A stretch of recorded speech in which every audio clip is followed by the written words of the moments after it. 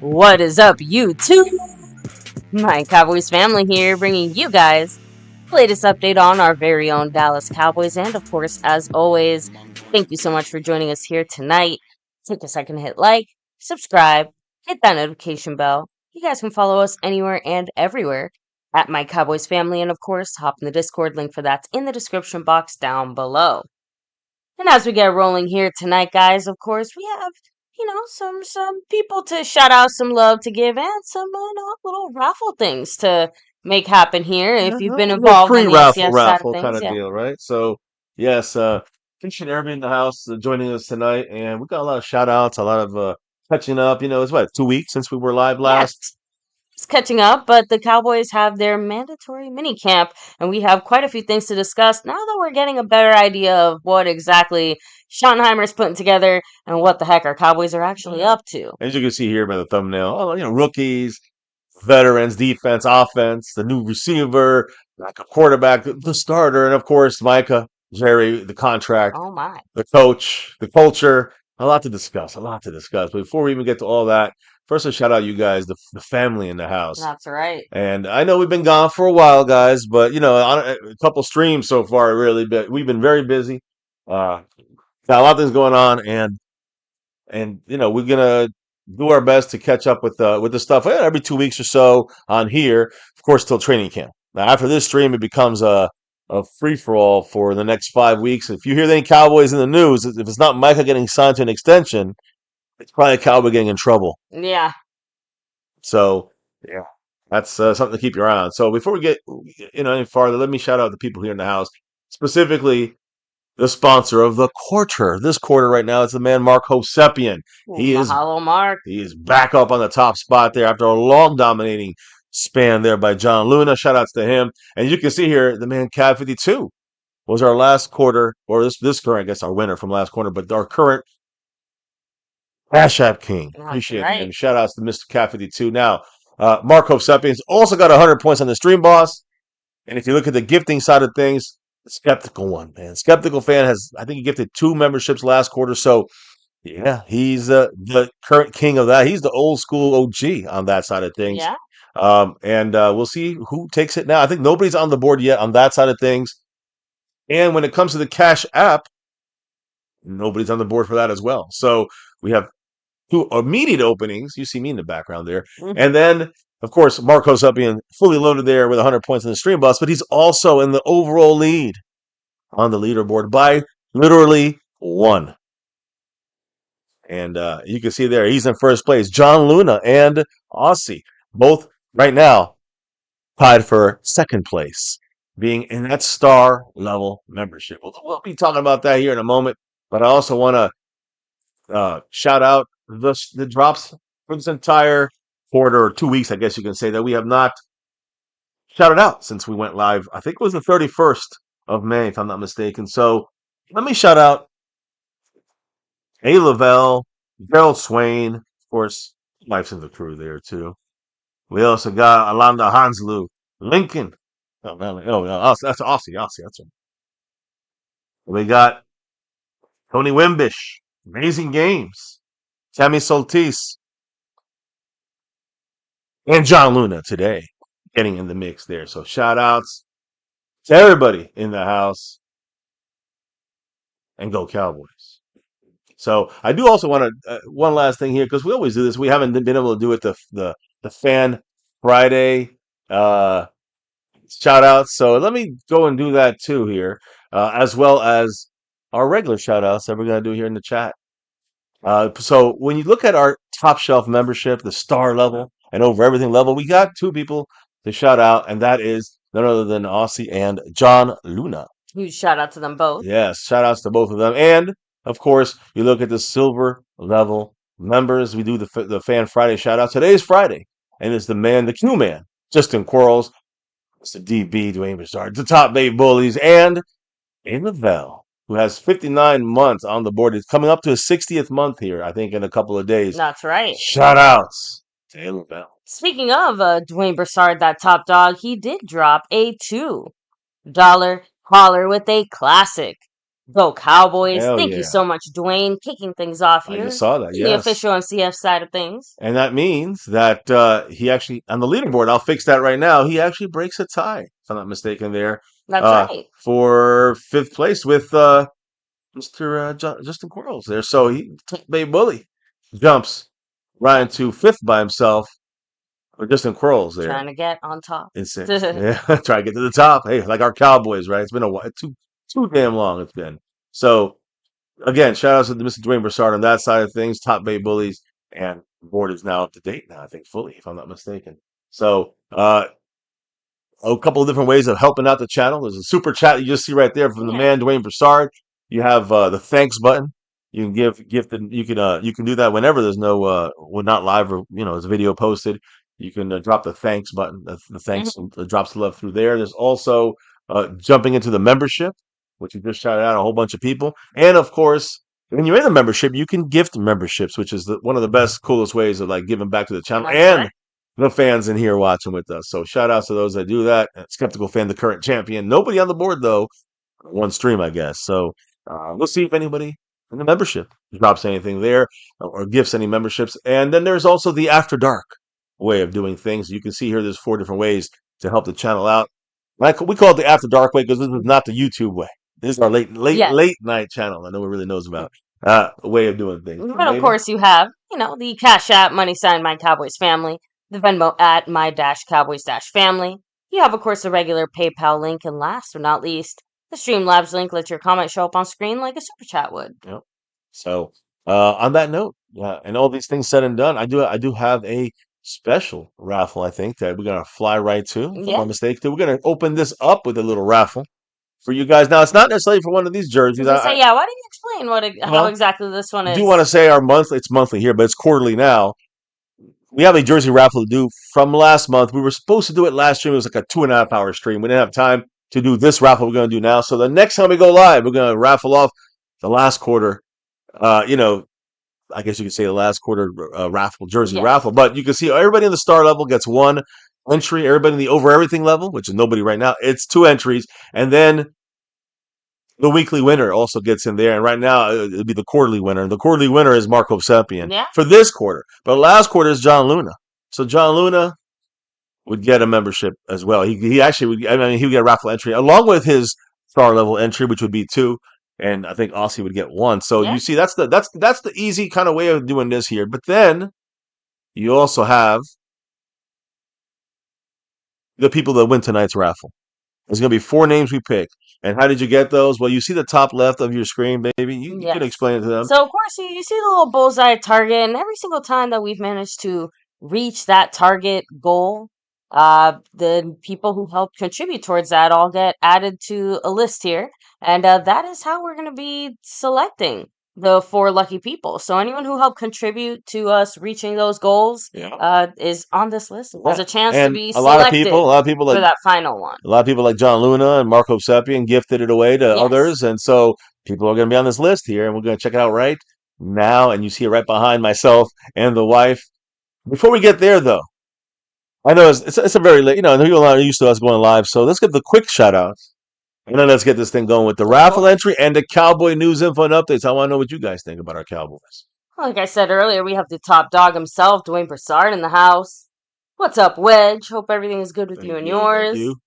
We have Devontae Alvarez in the house. Much love. Always go Cowboys. Speaking of, little Dallas Cowboy, who, by the way, had a little funny commentary there about tonight's basketball game. Yeah. So OKC tying it up. Moving to game 5, right? Yeah. 2-2. So rolling back a little more skeptical fan, always staying skeptical. We have James Payne's vid and streams. What's up? Tony, hey, hello and hi. Motor City Maniac. Motor.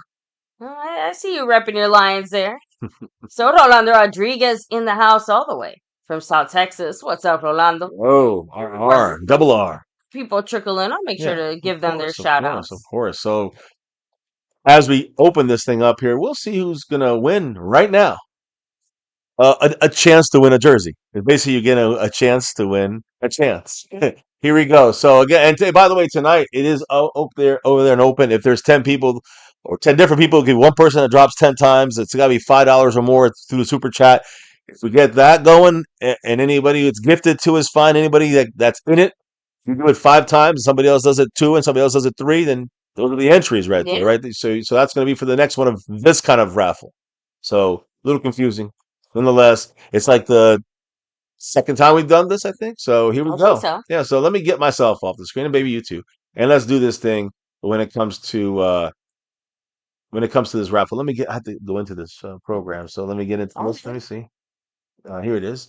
And interacting. And there we go. You see me now in there. Perfect. You see all the names: John Luna, Justin Quarles, Freedom First, LT, Skeptical Fan, Marco Sepien, The Lunatic, Azteca Aguilar, Red Man. A lot of Marco Sepiens there. A lot of Calvin Richards there. And you got A. Lavelle, Justin Quarles, Skeptical Fan, Mark Hovsepian again. A lot of names. It's a random name picker, and we're gonna do it here right now. I'm gonna tell you right now. I think Marco Sepian, John Luna, and Calvin Richard have the top 3 chances. We'll see who which 4 names will get picked from this here. Okay, to try to get into that raffle. So let's get it going. And let's see which one is the first lucky name. Drum roll. Calvin Richard is thrown into. Didn't he win one recently? Didn't he win a jersey? I think he won it in one of the last ones we did. Yeah. I think he did do that. So that's big right there. Shout out to you, Calvin Richard. To Calvin Richard, who now has entered just like everybody else who earned their way in. Yep. He earned it in this way. Now, if there's a repeat of name, of course, we don't have it. We got 4 different names. So Calvin Richard's the first name.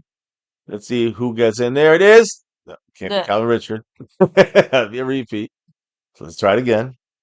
Oh, of course, that's like the second one that comes up. Out of all the time, Calvin Richard had like the 3rd most chances. Dustin Roberts, I think he only had one, I think, in there. Let me just double check that. Let me see how many. Yeah, Dustin Roberts. Yeah, he was in there. Someone had gifted him an entry. He hit it, so he is in the big raffle for the quarter. Next time we go live, we'll see if he wins the jersey. 2 more names to get thrown into this raffle. We'll see who gets it. Here we go. Drum roll, please. It is Marco Sepien, as it should be, right? I mean, he did have the most entries there. Him and Alan Richard, and of course the great John Luna. So we shall see who the 4th name is on this list. The favorite would be John Luna, but as you can see, you can only need is 1 entry. You get in this thing. So let's see who gets it. Skeptical Fan and squeaks it in. Woo! There he is. Big shout out. Staying skeptical. The man staying skeptical fan. And he's the one that also has the gifting champion right now. So shout out to the OG, Skeptical Fan. And everybody who participated in this thing throughout the last 4 months, let's be honest, right? So we'll see who gets the jersey next time we go live. So keep that in mind. I can't wait. Yeah, we'll see what happens. Now let's get to business. I do a quick little check in the chat. I guess I don't think anybody's in there. But I do want to. I need a break, so I need to catch up on things. So you gotta hit a question or 2 or something. Well, I mean, I mentioned it earlier, but Lil Dallas Cowboy made kind of a funny comment about the basketball game tonight, saying, quick rant, that Pacers game was bullshit. They're trying to ref it up to 7 games. He's like, the news NBA. If you're not in the NFL, you're never gonna be the NFL. So stop trying to fix things and just let them play. So I hear you. I will say, the conspiracy theory that I heard for a little while there is that Luka trade was basically kind of a tit for tat by the NBA. Telling Dallas, hey, you trade away Luka and you get us some good headlines and you get us some attention and we'll make sure you get the first round pick. No, you mean the first overall pick? Yeah. Sorry, we're talking football here, so I'm already crossing my streams. Anyway, but yeah, so I don't know. Obviously, I don't really believe that kind of craziness, but I'm not into the conspiracy of the refs. I do think the NFL does have a vested interest in trying to make sure that the season ends well when it did get more attention than... My thing is, if that was the case and the refs and everything, again, NFL, people say that about the NFL too, so if that was the case, why the fuck aren't the Cowboys winning a Super Bowl? Exactly. I mean, that's the one team they would love to see win the Super Bowl would be the Dallas Cowboys. Them's facts. Now, let's get to some real facts here, not just opinions, about things that are coming out and being, going to be on our TV screens regarding our Dallas Cowboys. It's not the NFL season yet. It's something that's coming out. Actually, it'll be I think during the season, during the preseason, it's going to And come between out. all that hard work that Jerry Jones puts in being the owner of the Dallas Yeah, Cowboys and yeah, the he has to make sure GM. he's the face of marketing, and that's what he's doing. He is now going to be on Netflix. Of course, we knew this from like last year. We talked about it, but there's a new Netflix show coming out called America's Team: The Gambler and His Cowboys, Mm, and it's a story of the Dallas Cowboys and the Jerry Jones impact on the NFL. So it's all about it's a great piece for Jerry Jones to promote his it's free advertising in a way, right? So stop, but remember, he's very interested in making sure that his legacy, mm, just intentional. holds up because he obviously wants to be remembered as someone who, contributed greatly to the actual game of football Now in a weird way. I do Noel. Like, you get my I do point, though. think Like, he doesn't just want to be somehow known as, like, the Cowboys the own. Cowboys owner. Like, he wants to I be known for, like, his football prowess. I think that'll never happen. But he will be known for changing the game a little bit, and that's why he's in the NFL Hall of Fame. He's in the NFL Hall of Fame for a reason. So his legacy is there in that sense. But as an owner, not as a general manager. That's also a fact. He's in there as an owner, not as a GM. So I mean, he might be listed as GM as well, like his job titles, but that's not why he's there. His GMing is not why he's in the NFL Hall of Fame. It's because of his ownership That abilities, his ass. his ability to sell more in the more of the NFL product and get more money out of things, and that's kind of Jerry's kind of way. Is he did open things up and kind of challenge the NFL, and things ended up steamroll in the right direction. So he is a innovator or a change game kind of guy, a game changer when it comes to the NFL. So he will be known for that, but he will not be known for his football prowess. He'll be made fun of for that. No matter what is put out by Netflix, no matter what's put out by Jerry Jones, he will never be respected except by a very small group of people that don't know their ass from their elbow. Let me just be honest. So, and again, Jerry Jones did the one great thing, two great things, I would say. But by when he bought the Cowboys, is let Jimmy Johnson be the GM for those first 5 years he was with us. Then we fired him, and then Jerry Jones became the GM. The best thing he ever did as GM was getting Deion Sanders to the Cowboys, and that helped us win the Super Bowl with Jimmy Johnson's team. Outside of that, I'm gonna be honest, he ain't done shit. Jerry Jones done nothing but destroy this team. Anyways, this premieres on Netflix on Tuesday, August 19th. So put it in your calendars, I guess. August 19th, Tuesday. It's going to be the first episode, I guess. I don't know if it's going to be multiple episodes or just like a 2-hour documentary. Well, it's training camp. But it's not surprising at all. It's kind of like their own private Hard Knocks almost, except it's blowing up Jerry Jones's spot there, and it's kind of showing how great he is. So I don't know. Look, it's a lot of it's just too much Jerry Jones clown show shit. And even though there's no cameras there with the players now as much, I'm guaranteeing there'll be some cameras here for like no reason. So, anyways, now switching over. It's an old school Cowboy. I hate saying that because I watched this guy play for most of his career. Tom Rafferty, Cowboys offensive lineman from 1976 all the way to 1989. He passed away last week, a week and a half ago. Died only at the age of 70 years old. Again, longtime Cowboy offensive lineman, center mainly. Tom Rafferty. He died again. He died on Thursday. So let me rephrase that. Actually, it was not this. It was last Thursday. So he played in 221 combined regular season and playoff games at guard and center from 76 to 89, snapping the ball to guys like Roger Staubach. I know Danny White in the middle there, and a lot of shitty quarterbacks, and Troy Aikman. He snapped the ball to both guys, Roger Staubach and Troy Aikman. So that's spanning two legends. Two quarterback legends in the Cowboys. No, I just say it's kind of funny. His daughter, Rafferty's daughter, Rachel Powers, confirmed his passing in Windsor, Colorado. He had a stroke. He had been hospitalized since early May. So not a complete surprise, obviously, but 70 is very young. And again, coming off that stroke, he was a 4th-round pick out of Penn State in 76. He started in the Cowboys' 27-10 destruction of the Orange Crush Denver Broncos in Super Bowl 12, and also in the Cowboys' 35-31 loss to the Steelers in Super Bowl 13 the following year. On January 3rd, 1983, Rafferty's block. If you guys remember, I watched this game live with my dad. Monday Night Football against the Vikings, Cowboys and Vikings. And Rafferty's block on the 1-inch line, on our own 1-inch line, is what sprung Tony Dorsett 99.5 yards for a touchdown run. on Monday Night Football, which we lost that game. I remember that too. Rafferty also worked in sports equipment Which sales. stinks because, obviously a game like that was such a historic little moment. Yeah, but it's funny. More than that win is not as important as that moment, which is funny. Usually it's the other way around. But anyway, I'm finishing up here, just saying that he worked in sports equipment sales. Sports equipment sales. Following his retirement from the NFL, and he's survived by his wife, son, daughter, and 2 grandchildren. So again, our condolences to Tom Rafferty and his family. I just want to reiterate, Super Bowl champion center for the Cowboys, played in 167 consecutive games. And he was born in 1954. Of course, passed away 2025. The Cowboys did announce, kind of say something, and a little couple words about Tom Rafferty.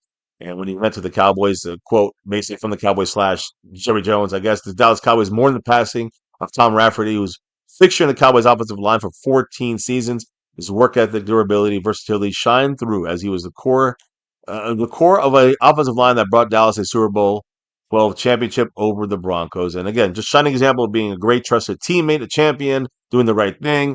A lot of memorable moments. They talk about the touchdown run that, with Tony Dorsett, where he helped bring them for those yards. So anyways, a record that can never be broken, so to speak. Now, I will say that, let me see here. We're gonna. I don't know if there's any comments in there, but I guess we're gonna move right on to the. I mean, Rolando Rodriguez said MCF. You forgot Danny White, quarterback. Oh no, I threw him in there. I kind of Okay. whispered it. Okay. I whispered. I went anyway.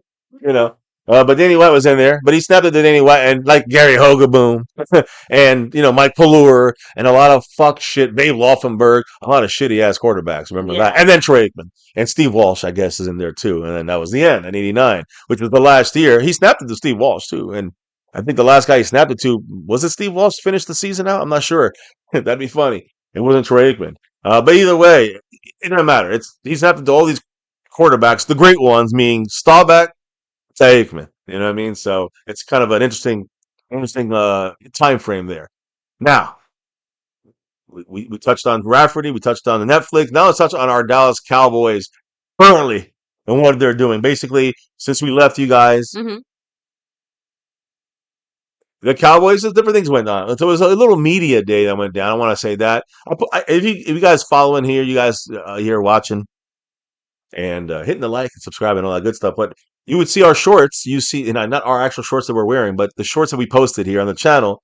You would see media day and the different kind of things they were doing. Now, I'm not a big fan of all that stuff, but I know a lot of people like to see that, what's going on behind the scenes. And rather than talk about it, you can watch it on our shorts. But the last, and it was basically a 2-day span. The Cowboys held their own media day, which players do their kind of networking and introduction, basically with the media, and also their just game reel introductions when they get introduced. So whatever they get shown on the big board up above. These are the videos or pictures that they take that are used for these things for the whole year. So it's pretty important, I guess, especially. Yeah, so those videos that play on the... Also, very nostalgic because I know CD had his, red dreads for a while. Like, yeah, it's just, it's great to see it throughout the season as the players obviously clearly grow from that moment.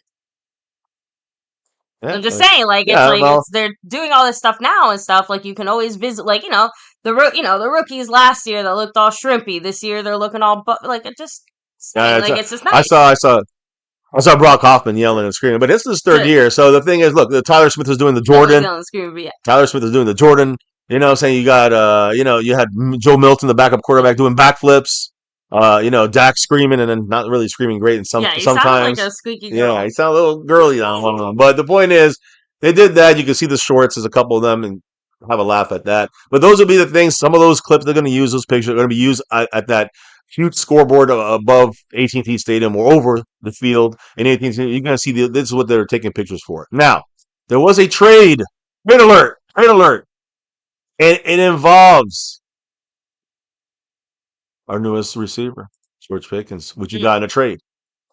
Now, he's not traded, guys. Trade in Jersey number he had. He was number 13. Now we're seeing him at number 3. Yeah, George Pickens, which we just traded And I'll go into the trade. We talked about it already 2 or 3 different times in the past streams. But he went from number 13 to number 3. In Pittsburgh, he was number 14. Mm-hmm. So he got 13 when he came to us initially. And then all of a sudden, he's got number 3 in practice in the final OTA days. Those last, I think it was June 2nd, 3rd. He was wearing number 3. So everyone was like, what's going on? Dante Fowler, who we re-signed, of course, after he had a 1 year with Dan Quinn, following Dan Quinn to Washington. Yeah. He came back to Dallas, and he ended up taking number 3, Dante Fowler. Well, it was a trade-off there. Fowler went to 13 and took Pickens' 13, and Pickens was gifted, you can say, Dante Fowler's number 3. So now Pickens is now our receiver, of course, number 88 on one side, number 3 is going to be on the other, basically. So now you're figuring what's going on, because you see, you can buy it right now. I mean, we can get it for you guys if you guys win a jersey. We can probably get you a Pickens 3, but I would say hold up on that, because that can still change again after cuts at the end of August. But I will say this: NFL Shop is, of course, trying to sell them right now, and it's available. And everyone's wondering if it's going to be permanent. So what happened was this: Dante Fowler, said he gave up the number 3 to George Pickens. And he just said, here, you can have this number. He volunteered it to him. Pickens said the Cowboys told him that, 3 was automatically available. Like he said, by the way, 3 just became available. Okay. Dante Fowler gave it up so he can have it in case he wanted it. And he never asked for the number 3. So in case of those that think that it's going to be, he's a diva already, he wants his number. He never asked for it. It just became available when Dante Fowler basically, lovingly, I guess, switched to 13 and said, go ahead, George, you can take the number 3 if you need it. He never asked for it, and he never paid for it. Remember, a lot of times you see these guys pay for a jersey number, accessibility, not just to the NFL for the jerseys they got to buy, but also, to the players that they want to get it from. This is a very nice move there from Mr. Dante Fowler to give George Pickens number 3. I believe he'll stay with this number, unless there's number 14. I don't know. If they get cut, I think Marquise Bell, I don't think he's going anywhere. So I think he's staying with number 3 this year. It's 1 year, remember, with the Cowboys. Yeah. And that's what I believe is going to stay at. As far as he's not going to get signed long term by the Cowboys, we're going to try to get a third. The 3 is important because we're going to try to get a 3rd round pick in compensatory value when he is gone next year. Hopefully, has a good year with us. That would help him net us a 3rd round pick in 2027. Agree. Anyway, so that's the story of the number 3 and how it's now George Pickens' number. So, as you can see here with George Pickens, this is during the OTAs. This is before mandatory minicamp. So there's a lot of stuff going on, and we'll tell you. Again, we talked about the first 2 sessions. This is the 3rd final session you see there of the OTAs. Then we had mandatory minicamp. That's what we're talking about today, and some comments and thoughts from the players and coaches that are important, not the bullshit ones. So we're hoping we hit the when that drop did not hit the bullseye by Mr. Dwayne Broussard. So we'll see what happens. But either way, let's get it rolling here when it comes to the final OTA day. And it's a lot to do with CeeDee Lamb sitting out. So no big deal. Just a vet day or whatever. He sat out. And George Pickens made the catch of the day, so to speak. He worked back in the red zone drill with Dak Prescott coming back, snagging a pass, outstretched his hand. Kind of like this play right there. He kind of drove the defender deeper, came back, stretched his arms. He had a great catch radius. So, he's very good at that. He was able to catch the pass, outstretching his hands, and get both feet down in bounds. So, again, big celebration catch from the players ran out to him. It was a big celebration after that. It's good to see the camaraderie get together there. In addition to that touchdown pass to Pickens, Dak Prescott, there he is back there. You can't see him, but you'll see him now. Dak Prescott actually also was looking good, found Jalen Tolbert in the back of the end zone for a touchdown. Another touchdown was that Dak threw was wiped out because Brevin Spanford, one of the tight ends, trying to fight in there for some more time. He dropped the touchdown, easy touchdown. So there's Dak's kind of OTA day. And then you have other guys like 2nd round pick, edge rusher, Donovan Escuraku. He spent a couple of his snaps as an off-ball linebacker, not just an outside pass rusher. So that's something to keep an eye on when it comes to the rookie Escuraku. Again, he basically the Cowboys deployed a different front four, front three. They changed things around and moved them back to linebacker for a couple of snaps. So that's something to watch with Everfluss on this defense and how the rookie second round pick Escarazu can fit in there. So the main thing though, it's still confirmed his job is going to be rushing the passer, not linebacker. It's just a couple little schemes that are working in, and occasionally, like once a game, maybe he might have to drop back to linebacker, off-ball linebacker for a different look. Yeah. So that's just a little insight there. Another little insight at linebacker. We're worried about what's going on there. It's kind of light with no overshown. And Ramon Clark was a big question mark on this making this team. That was one of the expected cuts by the end of this. By the time we get after training camp and the cuts come, but Ramon Clark, he picked off Joe Milton on the second team on a seam throw to Prince, trying to get in there to tight end Princeton Fant. Mm-hmm.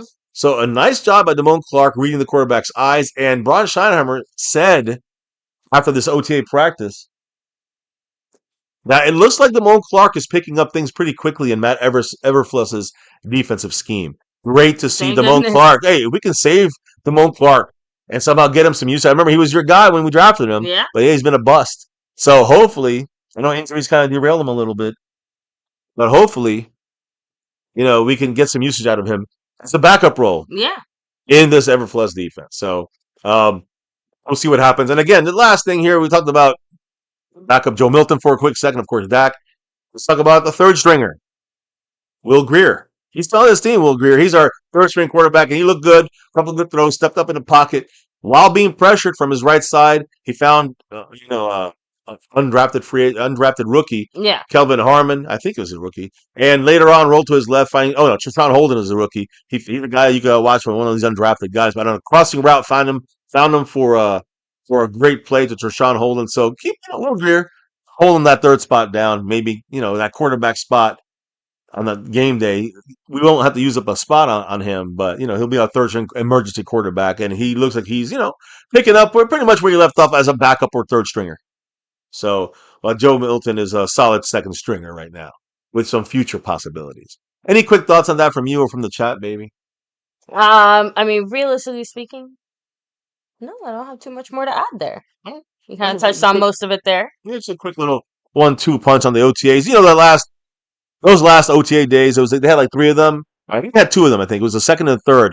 They just did a walkthrough on one of them. So it's it's just again, finishing I'll nicely touch right on it now. a little later. At the end of the stream, just because Scheinheimer does say something about how he likes to run the team and run these practices, philosophically. But now, Scheinheimer spoke. When you're going to speak, I think it's mainly going to be from the mandatory minicamp that just occurred. These things that you're hearing me talking about, it's even less work here. You know what I'm saying? This is like OTAs. They're just doing like walkthroughs. I wonder why Pickens wanted number 3, just as a casual little I don't know. Because when he was first in 13, he would have stuck with that one. Get us a third round pick back. That's what I'm hoping. Listen, that's the way I'm going to look at it. In my mind, for the Cowboys, not for Pickens. Anyways, the point here is I'm going to move before we get to this. So we're moving down the week, right? And these OTAs came to an end. And then I'm looking over here and I'm seeing you have Trevon Diggs. What's the update on him, right? We've got a couple of guys that are either rehabbing from injury. Maybe we're going to talk about Micah in a second. So Trevon Diggs, guys, right now is in danger of forfeiting $500,000. So That's a lot of money. there's a reason for that. It's called a de-escalator. And there's a reason that this could be happening to Trevon Diggs if the Cowboys choose to. So let's explain what's going on here, guys. Why could he be missing $500,000? Well, it's because Trevon Diggs, guys, because again, you look at his base salary, all right, that $500,000, and that base salary could be taken off of his plate this year, out of his fucking bank account. It's a thing the Cowboys have always done. We've talked about this for literally 9 years, and since we've been doing this thing on My Cowboys Family. We've been talking about this for 9 years. That the Cowboys are one of the teams that do de-escalators. And that means that you get your money already, and you got to show up to everything the way it's written in the contract. If you do not, they take money out of your bank account, basically. So how is this happening? The first time this could happen to any of our players in our history, I think. So let me explain what happened, guys. So the reason why he's in danger of losing out on that $500,000 is because he's not officially participating in the Cowboys off-season program. And I'm talking about OTAs specifically, not even mandatory minicamp. This is before minicamp. OTAs. And so he has opted. Trevon Diggs, remember he had a little issue with his rehab last year? There's a little criticism there. Well, he opted to rehab that surgically repaired left knee in Miami. Well, that's trouble. We know there was Trevon Diggs sighting out there with some women in a boat with some freaking, I don't know, they had some, what was it, Molly in there? I don't know. It was some pink sugary substance. I don't know. And the point is, that was his brother. Now Trevon Diggs is chilling in Miami, getting back into the swing of things. I don't know. The point is, he's right now in Miami working away from the star during this time frame. I'm talking about before the mandatory minicamp. This is during the phase 1, 2, and 3 of the OTAs. So he was not in attendance at all for the first two phases of this offseason program, the OTAs. And he has not taken part in any of the organized team activities, the OTAs, over the past 3 weeks at this point. 4 weeks, really. According to his contract, and let me explain it, according to Trevon Diggs' contract, he would need to take part in 84.375%. Yeah, I'm getting specific here. 84.375% of the entire offseason program in order to avoid a $500,000 de-escalator. And he could have just shown up. He would have been fine. He could have touched base. He could have spent just enough time there, and it's a lot of time, but, with the team, that's the whole point, to keep the team together. Yeah. He opted to go. It's to keep, the players focused on their rehab. Of course, but now he's in Miami with his brother partying. I'm not saying partying, but he's rehabbing, but in Miami with his brothers around. And we saw a video not just of his brother partying, but of him and his brother working out against each other. So he's still working on that, but on his own, which is something that you can get on the Cowboys contract situation, lose money for on your base salary. So again, if this happens to him, this will probably be the first player who could see a lowering of his base salary. But this is all up to the Cowboys if they want to do it. It's the Cowboys' choice. Now remember, Diggs is scheduled to make $9 million this year. So he would be making only $8.5 million.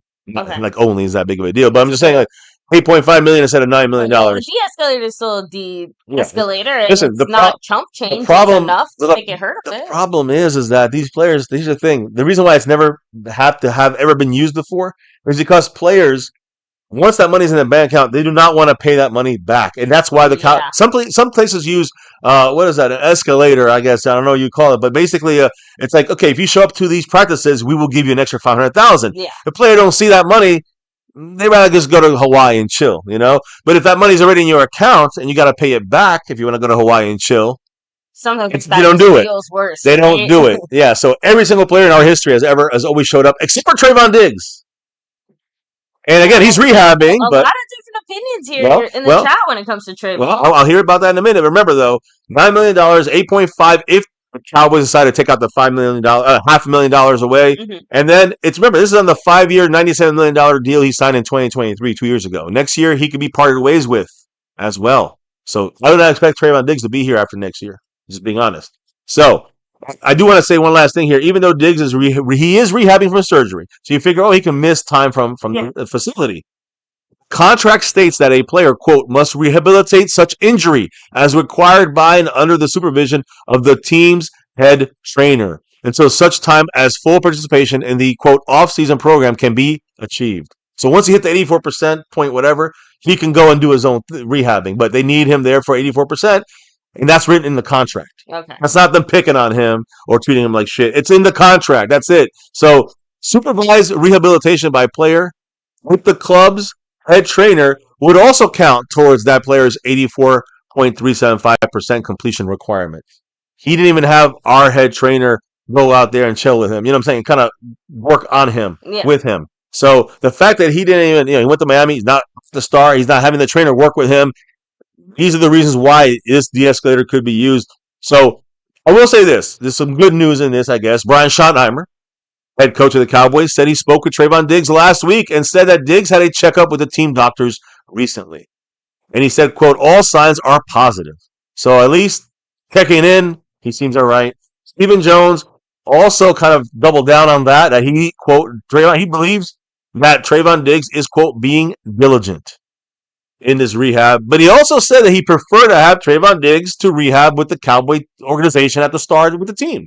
And I understand that from Stephen Jones, and I'd rather have that too. So will they use this 500? Because if they take away the $500,000, Yeah. you're souring the rest of his contract in the sense of like he don't want to play with Dallas no more, and we're saying we don't want you no more. So if the Cowboys don't do that, they're kind of look. The Cowboys can't afford to do that. It's not gonna the cap is gonna stay the same. I'm pretty sure. So it's not gonna get us any new players because he's getting $500,000 less. But it would affect the relationship with Trevon Diggs. The Cowboys want to part ways with him next year, then take your $500,000 back. If they want to keep him here next year and finish his contract, then you don't take away that $500,000. I'm curious what you think about this and the chat. But I do want to finish up by saying that just so everyone knows the kind of deal he has on his knee, he underwent a chondral tissue graft, which pieces of bone and cartilage were transplanted into the affected area of his knee to improve the joint function.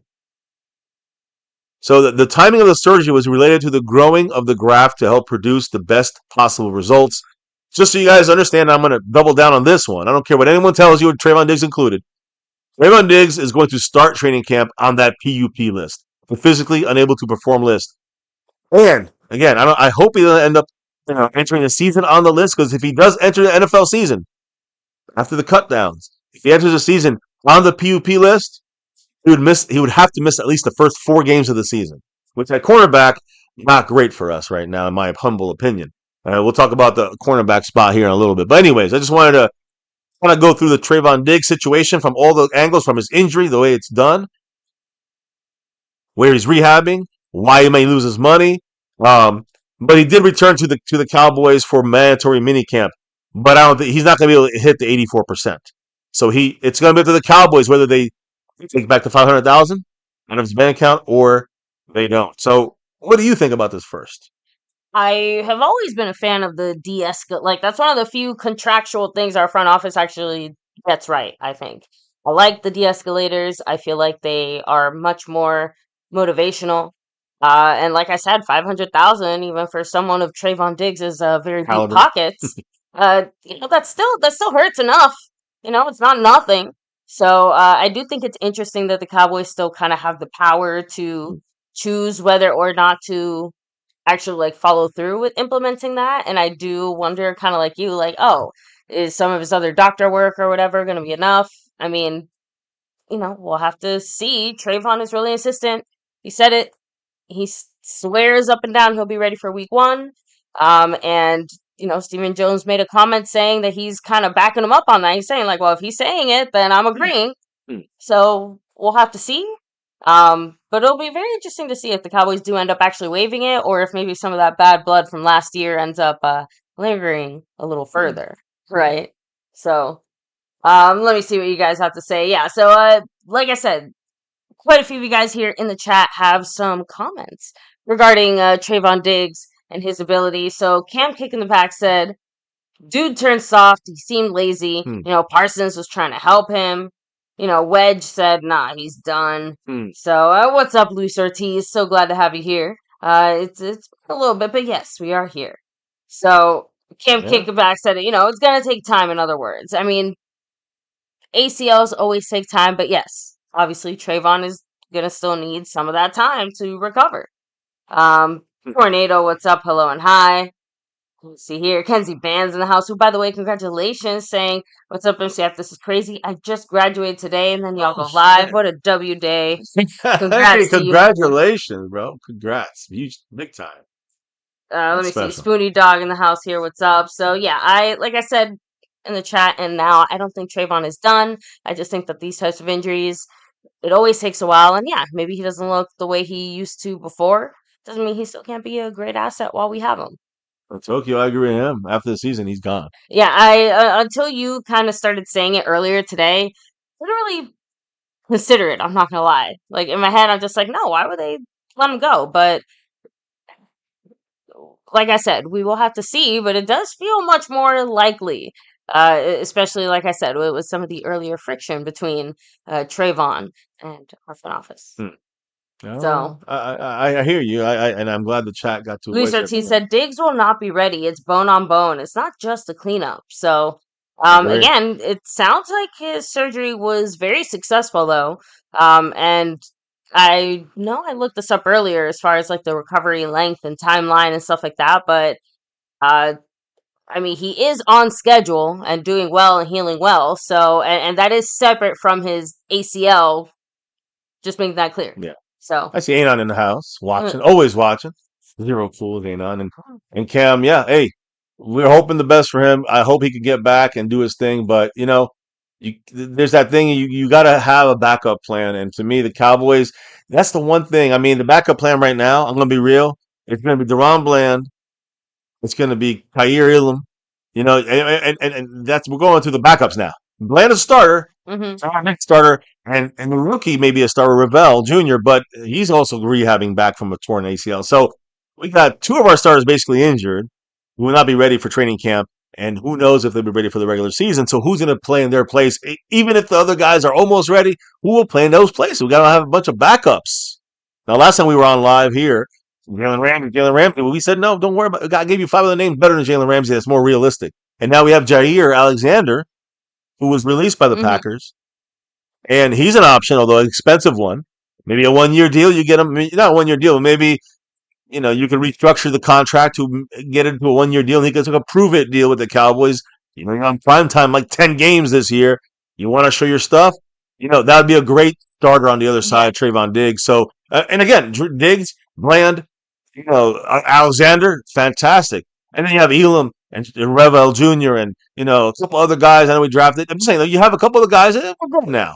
I feel good about cornerback, but without that fourth guy, in my opinion, we're a little bit scary. I know we lost Jordan Lewis in the slot. So I have a couple of things, though, a couple interesting little tidbits of information that, we'll get to in a minute about minicamp, mandatory minicamp. That actually showed us a little bit more of a glimpse of what's going to happen at cornerback. Okay. So, but before I get there, I know that I don't know if you have any quotes about any of these things right now, as of this point, when it comes to Trevon Diggs or any other comments on your side of things. No, I kind of had touched on, at least on my side of things, the one little blurb. Like I said, he swears he's going to be ready by week 1. Front office agrees. We'll have Oh, to yeah. wait and see. Listen, something I learned. Something I learned. Never believe that. I was going to say his comment too, but never believe this front office. This front office is bullshit. They always say, "Oh, they'll be ready," and then never are ready. And listen, every player wants to be ready right away. Overshawn say he'll be back. He ain't being back anytime until middle of the year at the earliest. So yeah, I'm kind of like in that boat right there. And we got a drop here. I see skeptical fans saying, "I'll take Gilmore for 500." Please, I'm there with you. Now, 500. No, it's not going to be 500,000. It's not going to be. He's not going to be 500. 500. But he may be 5 million, 4 million. That'd be worth it. I'm just saying that's what the Cowboys better than paying 14 million for Jair Alexander. 5 on it. You got that from someone who's got 5 on it. Calvin Richard breaking a tie where he's at. I'm going to update the board right now, and he did hit one of the first bullseye of the night. We have 9 more to go. Are we going to hit it? Well, I don't know. You guys do. You guys know. Shout outs to Calvin Richard taking Marco Seppian down to 90. 5 points. He ain't going to like that. What did Calvin Richard have to say? Calvin Richard said, "Hey guys, I'm late to the show. Oh, have you noticed how the head coach is doing more interviews than Jerry Jones?" Finally. It's a good thing, I think. Yeah, I mean, Schottenheimer also, again, first year, going into weird circumstances surrounding the team and everything else. Like, of course, there's lots of attention on him, and of course, he wants to make it very clear how he's going to do things differently. He's starting to instill that culture change, his brand, his kind of like mark on the team, his style. Exactly, his signature, if you will. So will be really interesting. Like I said, towards the end of the stream, I do have a little comment from him, and I want to know some of your thoughts. So thanks for being here, Calvin Richard. And again, I feel bad we are obviously having a late night stream, which is very old school MCF. Yeah. Old school. Hey, listen, I'm going to be honest, though. You are catching us towards the end of the stream because we're almost done. But, hey, you guys can, By the way, Skeptical fan said that was a Jeopardy reference. Oh, thank you, Skeptical. Hey, big shout out to Skeptical. See these late nights. Late night. Shout out to Skeptical and big thank you to Calvin Richard, who's got the drop of the night so far. So we said Jones doesn't want to answer questions about his court case every day. Yeah, exactly. He'd rather just defer to other things. But look, when it comes to to the situation with the Cowboys at cornerback, which is kind of like I think the bigger deal right now in the sense of what we're talking about. That part, I'm a little bit, I'm a little skeptical on our cornerback situation. But and I don't blame you. I mean, even if let's say there was a universe where Diggs starts week 1 and everything else, there's still like a big old yeah, asterisk there. yeah, And we are basically one strong wind away from being cornerback very, issues, very major. I lacking in think the corner I department. still think we are.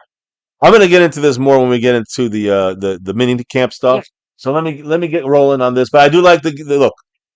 Gilly is not the answer necessarily, but he's the short-term answer. He's a short-term solution.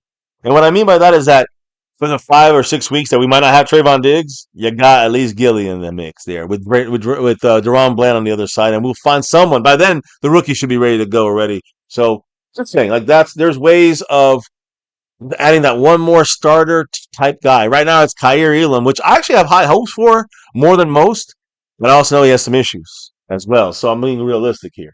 So now that we got the Trevon Diggs situation, there's one more situation we kind of got to talk about before we finish up the show tonight. So let me get Trevon Diggs out the way. Okay. And I know you actually, well, 3 things. I guess you do have a couple quotes from, culture change kind of deal here. Like I said, it's all relating to the culture, basically, Yeah. and the way Schottenheimer is doing things. Well, so I just want to say this. First and foremost, guys, as you know, mandatory minicamp came around the corner and passed. It just ended yesterday, I think. So on Thursday. So here's the thing, guys. The Cowboys hold that mandatory minicamp practice. It was on Tuesday, Wednesday, and yesterday, Thursday. It was at the Star. So on Monday, to kick off the week, the Cowboy players had their physicals with team doctors. So before the minicamp, they had the physicals. And the physicals included the two Trevon Diggs that we just talked about. Yes. And Micah Parsons was there for his physical, even though he wants that extension. This is the 5th year of his contract. He wants to get that extension done. I think it's his 4th year. I don't know. It's 5th year, I think. I don't know. Look, this is his 4th year. Next year, he's on that extension. I'm thinking next year is the 5th year. But he wants to get that deal done now. He don't want to wait till next year. So, Micah, even though he went through, again, we're talking about mandatory minicamp. This is now this week. We're all up to date. But Micah Parsons was at practice. He was there. He did some individual pass rush drills on Wednesday. But he basically watched practice the first day, spoke with Jerry Jones a little bit. Also watched practice on Wednesday until he got into some pass rushing drills. But he did not take part in team drills either. He said on Tuesday he would end up doing some more work on the field if his back loosened up. So again, as we know, the Cowboys concluded on Thursday their mandatory minicamp, which was a walkthrough. So I'm sure he participated in that if they needed him to. My point here is this a hold in? Not a hold out. Is this a hold in? Because he's obviously not playing too much. He's obviously not involved that much. He just did a couple pass rushing drills, not team drills. So they know his back needs to be loosened up a little bit. These are the little excuses that players use so they don't. It's like Zach Martin did last year. Yeah. In this exact situation. Yeah, he was there. He was in pads and all, but he was not on the field and practicing too much. He's taken the Zach Martin path here, it looks like, for Micah Parsons. So the fact is that Micah Parsons now, he's pulling that hold in my opinion, situation. Very clever way, I think, of doing it, where, again, you're not really, like you said, fully holding out, not showing up, You're not going to lose any money. You got that friction, but you're also there kind of putting this constant pressure on the team, like, hey, I'm your guy. You're going to sign me? Because I'm here. He's here, but I'm not on the field, he's saying, right? So no, but that's what I'm trying to say. It draws, if, like you feel the fact that he's there, but not doing what he normally would be doing if it wasn't for this contract situation. Right. And, in the end, it's all strategy. I understand that. He even said he's still, quote, I'm still hopeful that a deal gets done before training camp in July. When he was asked that, he goes, I'm still hopeful. So I'm not hopeful. I'm going to be honest, guys. I don't think the Cowboys are going to give him a deal, and I don't know if they're going to give him a deal other than and keep tagging him every year. For all I know, that's what I feel is going to happen for Micah. He'll be tagged a couple more years until he just sits out. And no sitting, no, hold it out, no hold in anymore. We a hold out, a real hold out. And the thing is that he's on that rookie salary, so he's not necessarily going to make. He doesn't have all that money that the big name guys can do on their second salary, on their second contracts. They can hold out for longer and take some of those hits, those penalties, like Zach Martin did. But Mike is coming off his rookie contract. It's a little different there. Now, I know that there was some other stuff you have on this, if I'm not mistaken, on Micah Parsons and that situation. Yeah. But basically, he's saying training camp he wants it ready. A little side note about training camp, guys. Cowboys, during training camp, are going to have a joint, not smoking joints there, Sam Williams, a joint practice with the LA Rams on August 5th in Oxnard. So if you're going to the Cowboys training camp, you want to go August 5th because that's when you'll get a scrimmage between the Rams and the Cowboys. It always ends in a fight. It's always pretty heavy duty. But remember, the reason why the Cowboys will have this scrimmage on August 5th with the Rams, it's more of a joint practice because they're not really ready to scrimmage yet. Yeah. It's more of a joint practice. But the Cowboys literally play the Rams 4 days later on August 9th in SoFi Stadium in the Cowboys' first preseason game. So basically, you're going to get a preview of the preseason game, a preview of the preseason game on August 5th in Oxnard.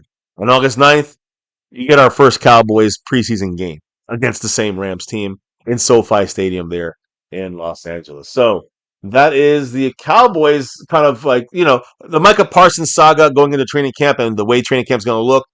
That's it from me. I mean, you're not going to get much more about that from me other than, I was already concluded this 2025 minicamp. We're in 5 weeks. You don't hear much news. And the next time you see the Cowboys will be late July in Cali.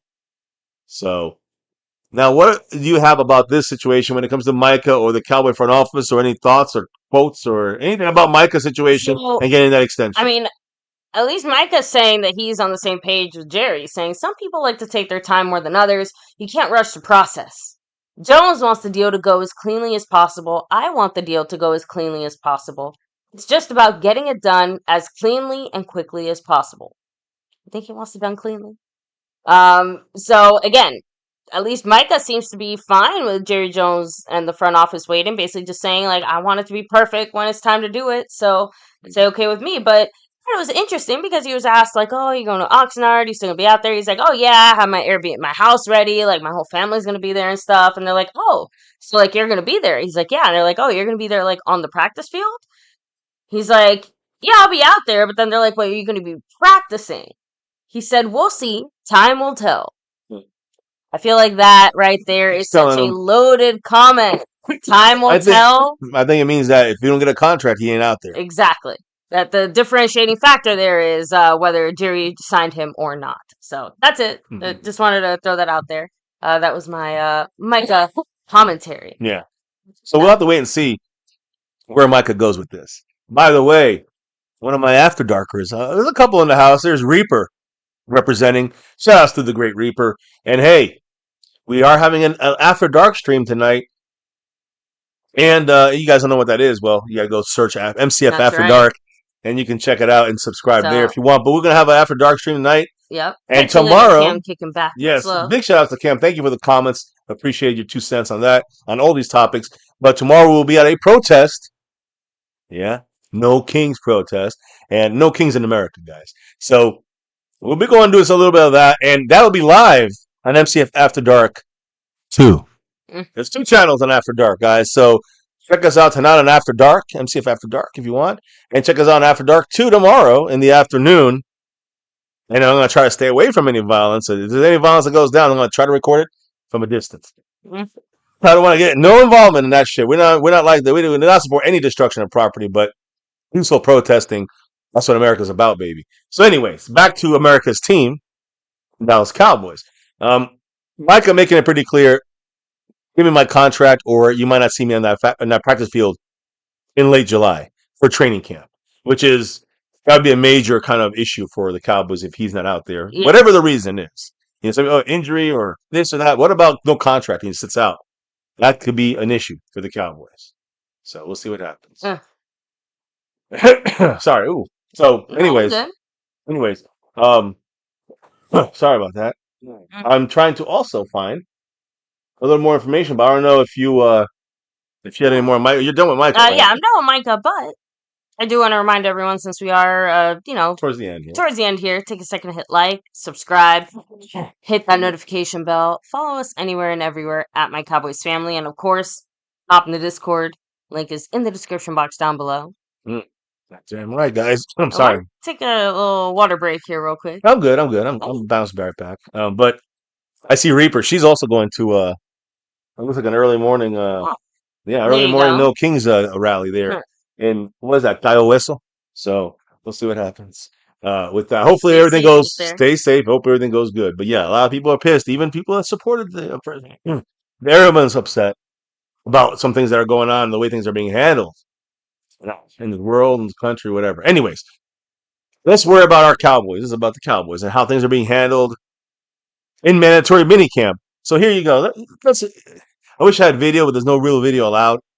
So to talk about Micah Parsons, let me start with him. Because again, he was barely on the field the first day, on the field as far as working and doing drills. He was talking with Jerry Jones. And if you look on the first mandatory minicamp day, Tuesday, those pop-out tents that cover the loudspeakers blew away. So Mike actually ran down the field, grabbed them, got the tent with some other staff people there that was there to wrangle everything together again. So Micah was not working on the field too much, but he was helping out some of the staff with the blown away tents. Now, when it comes to the actual minicamp practice, let me just put it like this, guys. Look into my eyes. Here we go. Dak and George Pickens. Now we're talking about pads and mandatory minicamp. No hitting, but it's still the next level. It's the next phase after the OTAs. So Dak and George Pickens, the connection they had was fantastic. All right, so it was great to hear about the fact that both George Pickens and him and Dak already on the same page. It seems most of the action took place underneath the play, making it tough on defensive backs who are not allowed to be physical yet. So all these underneath routes, you can't jam the receiver, so they get an easy little bump down. So the offensive side of things, I don't think you want to really put too much into right now, since there's no physical activity allowed. You can't bump the guy. So all these little catches that Dak or Milton or Greer throw, these little guys doing little curls underneath, that's the way it's going to really be. They're going to be hit. The timing's going to be off. So it's not going to be as easy as it looks right now. So again, remember, guys, they got to wait to training camp before they can get a little more physical. Yeah. It usually takes about a week before they really start hitting in training camp. So now I also want to say that our backup quarterback, Joe Milton, he showed pretty good accuracy, much better accuracy than he did, in the OTAs. I'm going to be honest here. Yeah. He was 10 for 10 in the team period. But again, like I said, the defensive backs, they're doing bump downs. You can't really bump, kind of jam these guys in the line of scrimmage, obviously. So, of course, Joe Milton had an easy 10 for 10. Now, I will say this, though. He had a deep throw to Jalen Cropper. That's not a dump down. So, obviously, Joe Milton is also going deep here and there. He has a strong arm and showed more accuracy. It was good to see. Don't forget about Mr. Mingo, right? We got him last year. He was the second most targeted receiver in the first day of minicamp behind George Pickens. So it was George Pickens and then Jonathan Mingo. They were getting targeted 1 and 2. There was no CeeDee Lamb, I think, on that first night, but on the first practice day. But Mingo caught all his targets, including one catch down the right sideline. And on the defensive side, and this is where I want to talk about linebacker and cornerback, two new guys on this team, Kaiir Elam and Sanborn. If you remember, we got Sanborn from the Bears, but Jack Sanborn, number 57, he basically was very good in pass coverage as a linebacker. Mm-hmm.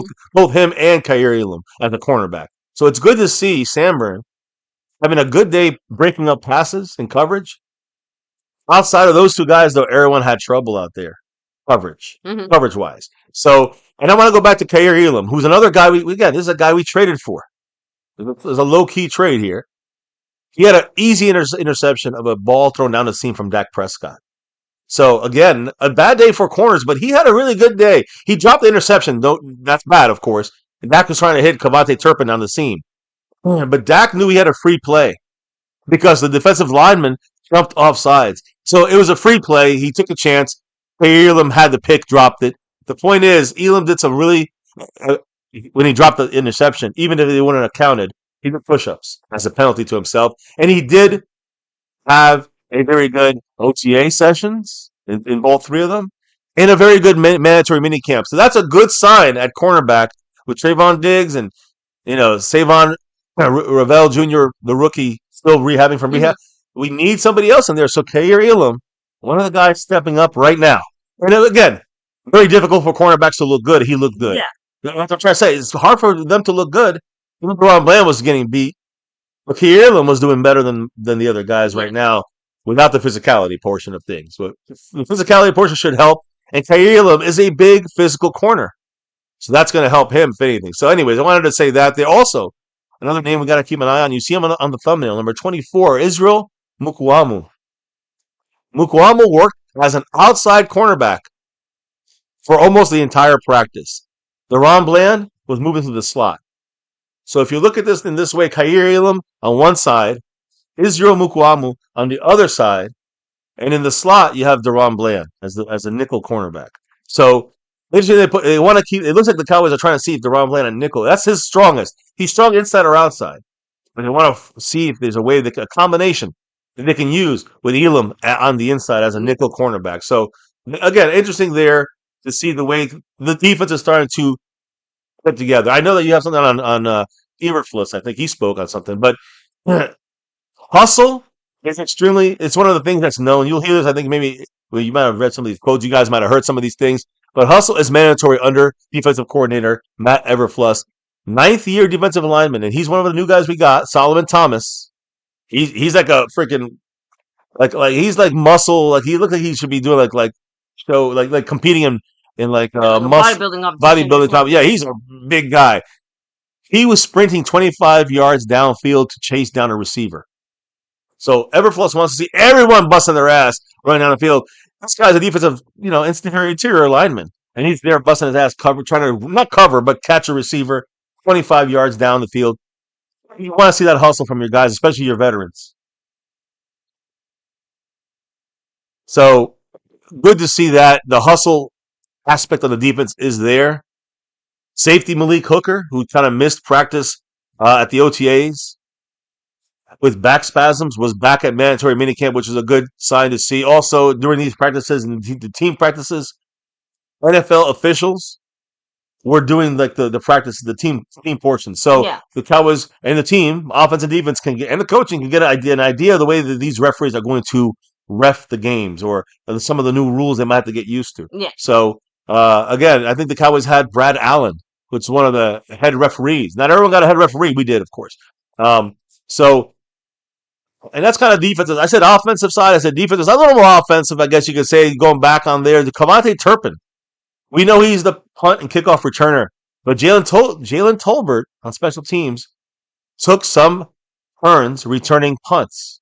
Specifically punts. So Turpin, if he needs a spell, they need to find a backup. Yeah. Jalen Tolbert may be that guy. I know Jordan Blue is also, the rookie, is also on that list as third-string punt returner, third-string kickoff returner. But you're seeing them trying to use Jalen Tolbert as that number 2, it looks like right now. So, just what if Turpin gets hurt playing wide receiver? Not returning the kickoff, 5 times a game. I'm talking about as a receiver gets hurt, what happens? So, if he get, we have to have an immediate fix. And if Turpin's going to be playing more offense, I'm hearing he's going to be running out of the backfield a lot more. What does that do? If he plays more, if he runs the ball more, catches the ball more, it increases chances for injury. So you have to have their backup returner kind of solidified. And they're working Jalen Tolbert in there. Another guy, you guys don't know, Robert Jones? Probably not too much. He's a guy we picked up from the Dolphins as a free agent, an offensive guard, offensive lineman. He did walk off the practice. Unfortunately, he walked off the practice field on day 1 of mandatory minicamp with some kind of undisclosed injury or some kind of issue. So we'll keep an eye on that. Robert Jones, a newly acquired offensive lineman, is supposed to be a solid backup at the very least. A little banged up here on the first day of mandatory minicamp. So just wanted to throw that's the first day of minicamp. I'm just going to give you a heads up, guys, that on the Thursday, on the last day of minicamp, it was 100% walkthrough as well. So it was only 2 days of practice. That was Tuesday, and that was Wednesday. So what happened on Wednesday? Well, the offense was a step ahead again. And why is that? Because of the physicality. It's obvious. So the offense always looked better in these last these two practices because you cannot be physical with the receiver, or defensive back or a corner or whatever, linebacker. So again, offense a step ahead with no physicality. And also remember, there's no pass rush. So you can't test your line or how Dak would, move around and get adjusted while he's on the run if he's getting passed, getting pressured. So there's no pass rush, no physicality. Yeah. So the offense always has a huge advantage in these practices. Keep that in mind, everybody. Now, it was an interesting day, a good day for Jake Ferguson. Multiple grabs, had a touchdown in red zone work. So keep an eye on him in the red zone. Maybe a little Fergie in the red inside the 20. Efficiency and accuracy was the word of the day, basically, for Dak Prescott. He was off the charts by most people's accounts. He was, I think, 9 completions out of 11 attempts. And he had 3 touchdowns in team drills. But like I said, I'm going to reiterate this. There's no contact. There's no physicality. There's no pass rush. That changes everything, obviously, right? So, but Dak, was accurate and again, efficient as well. There was a 2-minute drill where he went 6 for 8, 70 yards and a touchdown to win the game in less than 1:15 seconds. So just putting the test early on Dak, he's picking up where he left off, being able to pick up as a veteran quarterback in the NFL. Now, CeeDee Lamb on day 2 was practicing. And he was the most active wide receiver in pretty much every aspect on the field, on that practice. So, day 1, no CeeDee Lamb, George Pickens was the guy, right? Day 2, CeeDee Lamb back on that field. Even though George Pickens was out there, CeeDee Lamb is the guy. So, CeeDee Lamb definitely very active in all aspects of the practice.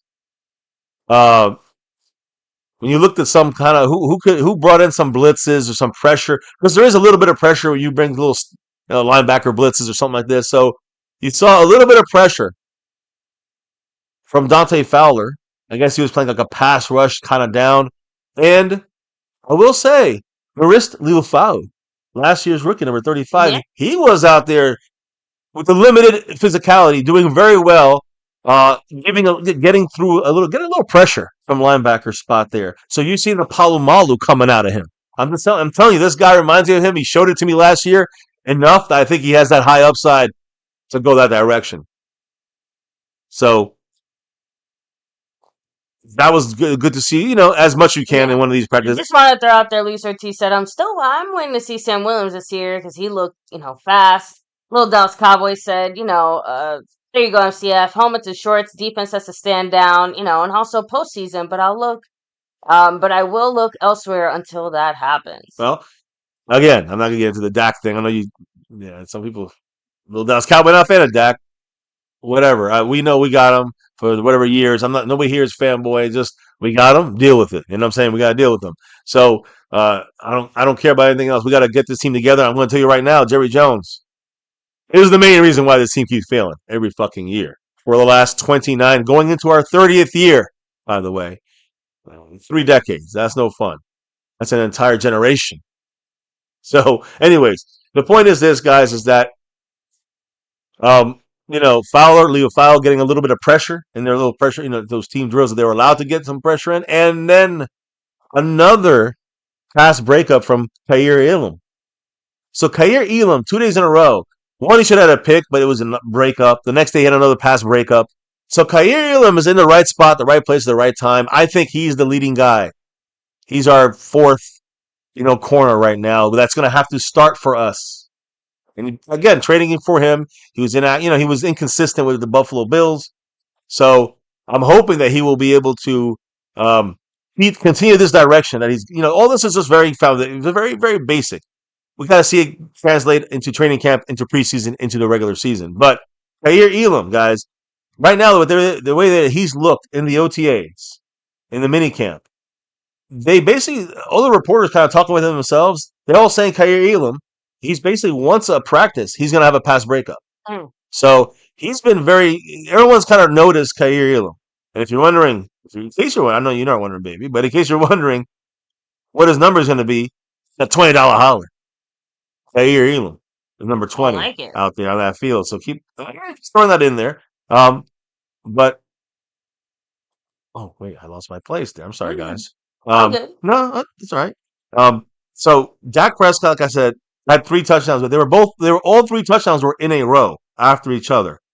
It was on 7-on-7 work.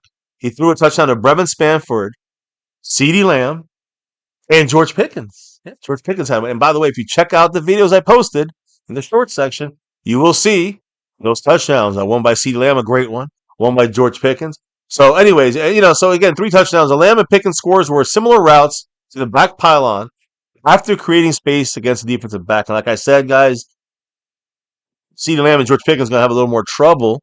Time is going to be a little more off for Dak when they have actual practice where they can, jam these receivers and get them off timing a little bit. So we'll see how that goes. Again, every team is doing the same thing right now. You cannot get physical because you'll lose a practice day next year. Remember?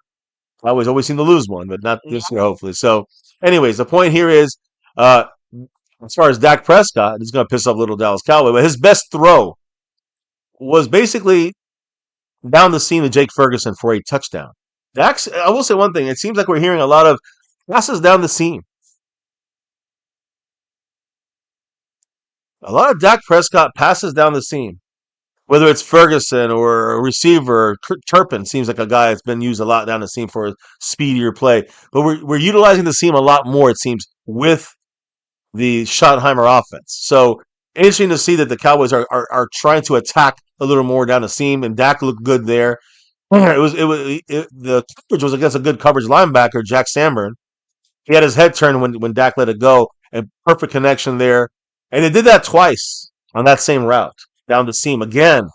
Another seam play. This time 2 times with Ferguson, 1 time with Turpin. I'm just saying you're seeing the Cowboys offense kind of where they're going with it. Now, the last part of what I gotta say, I know you got something to say, baby, about some thoughts on the players I have and a coaches. few points from the players and Schottenheimer. Yeah. But I will say this: we lost Robert Jones on the first practice. There was no Sadiq Charles out there or Robert Jones on day 2 of minicamp. So we just got the 2 guys that we picked up as free agents. We're not at practice in the second minicamp day. So that's something you never like to see. So what happened? Brock Hoffman worked a lot of guard, and Dakota Shepley worked a lot of center. That's basically what happened. I mean, our backups were backups now. They just became, they were starters, and then now back to backups. Now they're back to starters.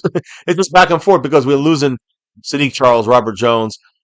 So Hoffman and Shepley were working at center and guard. Miles Sanders, guys, I do want to make a note about this because everyone's like, who's the running back? And, everyone knows about Jaden Blue. We all talk about him, but Javonte Williams, number 33, is a guy to keep an eye on as the starter. But I will say, Jaden Blue, he might be on the depth chart second running back right now, number 34. But I would say keep an eye out for number 27, Miles Sanders.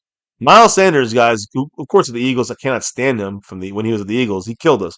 But with the Eagles, he showed what you can do as a third downs kind of scat back, change of pace kind of guy. And then with the Panthers, it was a disaster. Was it him? Was it the Panthers? Well, Miles Sanders, guys, he caught a TD pass from Dak Prescott when he was scrambling.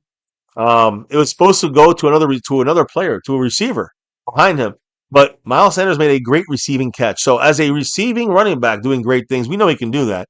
And guys, you can watch some of the shorts there. You'll see number 27 having a couple nice plays. That's Miles Sanders. So keep an eye on him. He seems to be, making it hard for Jaden Blue to bypass him on this depth chart. He is the senior. He is the veteran. Deron Bland. Now, remember, I told you, where was he the first day? In the slot, in the nickel.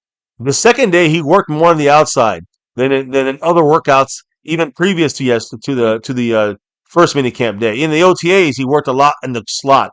This is one of the few times he worked a lot more on the outside. So maybe it's just kind of see if things are working.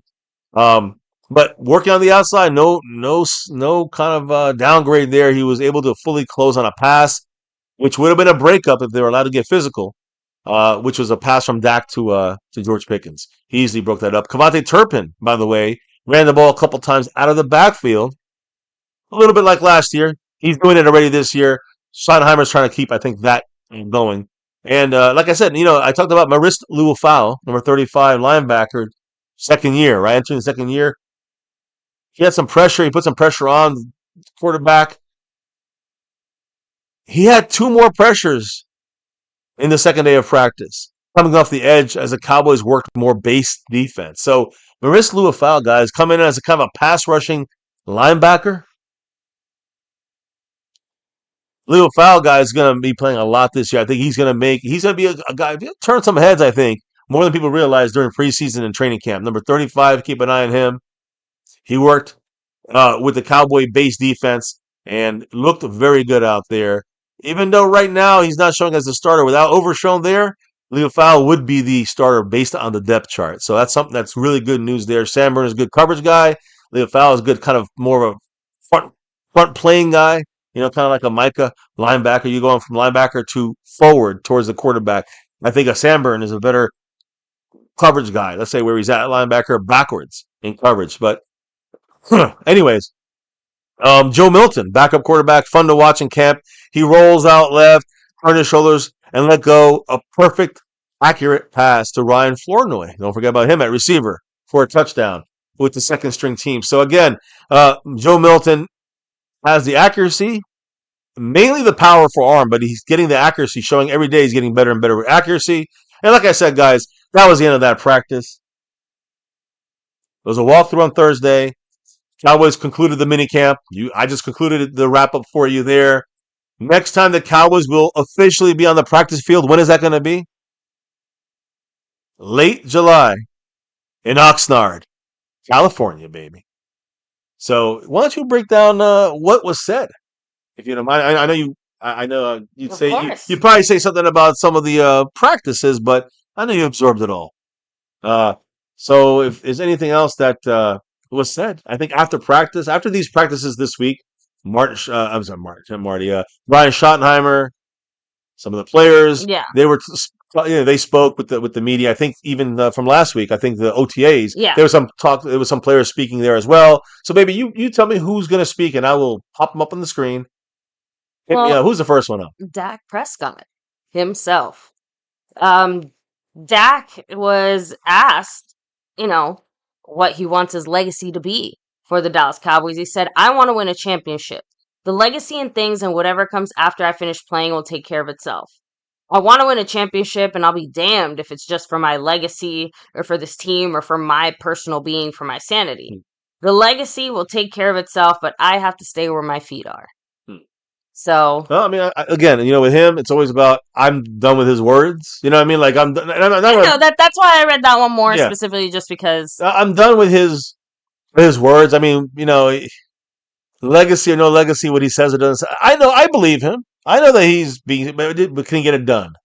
I don't care about. We're all in the same boat here. Yeah, the effort is genuine. The results are. Yeah, I mean, we know what he wants, and the question was asked of him about legacy. I get it, but in reality, honestly. Legacy is not important, and I think Dak got his money twice. He's a top 10, 12 quarterback in the league. You maxed out your money potential. Now it's about just winning Super Bowls and trying to win games, and that's all you can do now at this point on with Dak's career in Dallas. Anyways, there's Dak's comments. There's his 2 cents. Who else spoke? We have Jake Ferguson. Haven't heard from him in a little bit, right? Okay. He mentioned a few things about the new offense and new offensive coordinator, Clayton Adams, saying, I'm really excited. You can feel the energy. I'm sure y'all can feel the energy, especially at practice. But it's every tiny little detail is almost elevated, and it's contagious. You can feel it in the room, and you can feel it across the positions. It just makes me excited to get the ball rolling and get playing. And then, lots of Dak to Ferguson love throughout practice and stuff. So he said, I love the seam ball. He loves throwing it. But he said, I have one job. That's to play football to the best of my ability. I'll let my agent handle that. When it And comes when to the he was contract, asked right? directly about, hey, like, so it's a contract year for you, like, Yep. how are you feeling about that? Yep. So again, I mean, it was a little confusing there because you kind of pushed the both sentences together. But I wanted to take actually. He was one of the names that we discussed with Micah Parsons as a guy the Cowboys got to get something done with him, right? Mm-hmm. And I want to go back to the seam comment because that's exact. I didn't even know about that comment, but I literally was talking about how the main thing I've seen and heard, a little bit in the OTAs and heard in the OTAs and in these mandatory mini camp practices that whether it's Jake Ferguson or Kamate Turpin or George Pickens, what I'm trying to say is the Cowboys are using the seam nonstop, and I mean you see the little hash marks guys going down the field. I'm just trying to make it easy. That's around where the seam is at when you throw the ball. You're splitting, and it depends where the receivers go and how you spread the defense. But there's a little opening. You could always throw it down the seam, and Dak is a good job. Does a good job of doing that. Ferguson's a good seam route runner. So Turpin is a speedy route runner in the seam, and you can put a lot of guys in there. So it seems like the Cowboys. One of the things that kind of changing, I'm feeling.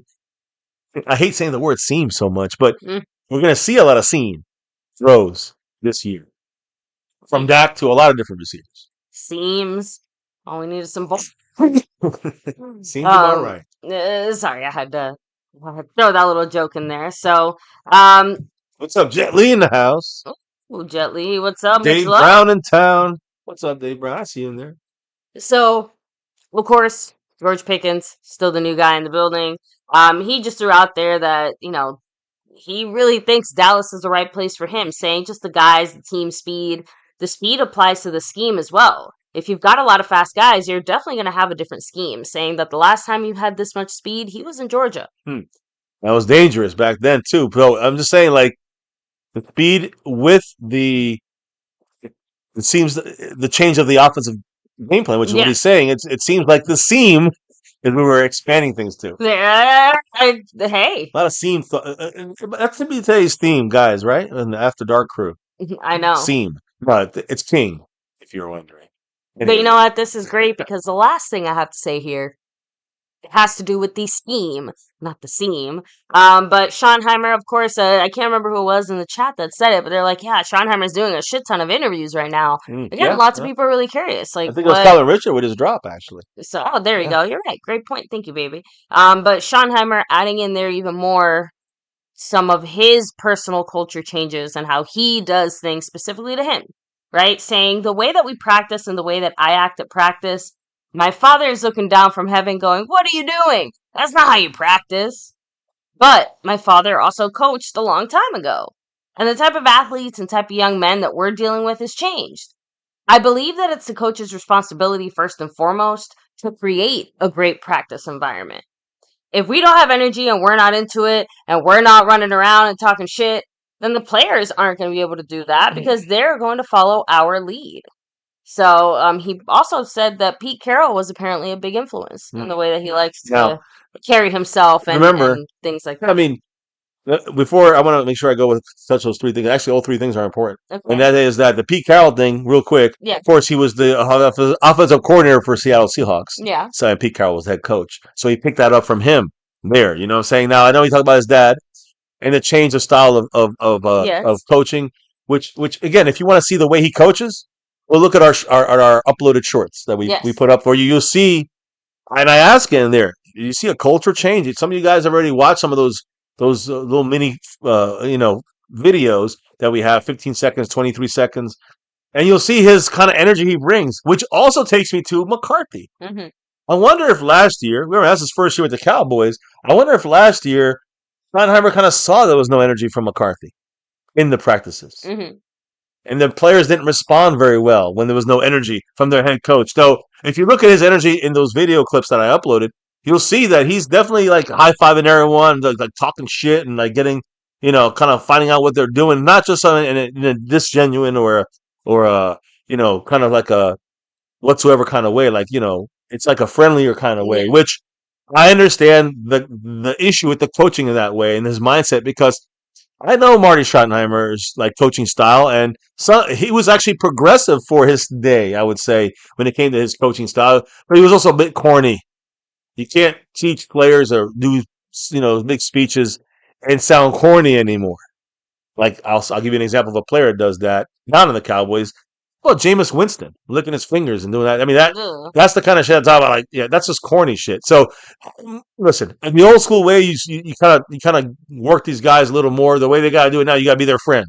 So I understand what Schottenheimer was saying, the change over from that. But I like the fact that I will say that I've liked a little more about Schottenheimer, the way he's running the practices, the little culture changes we're seeing. But my question is, will it ever be enough to overcome the one and only? You know what I'm going to do, right, baby? Clown show.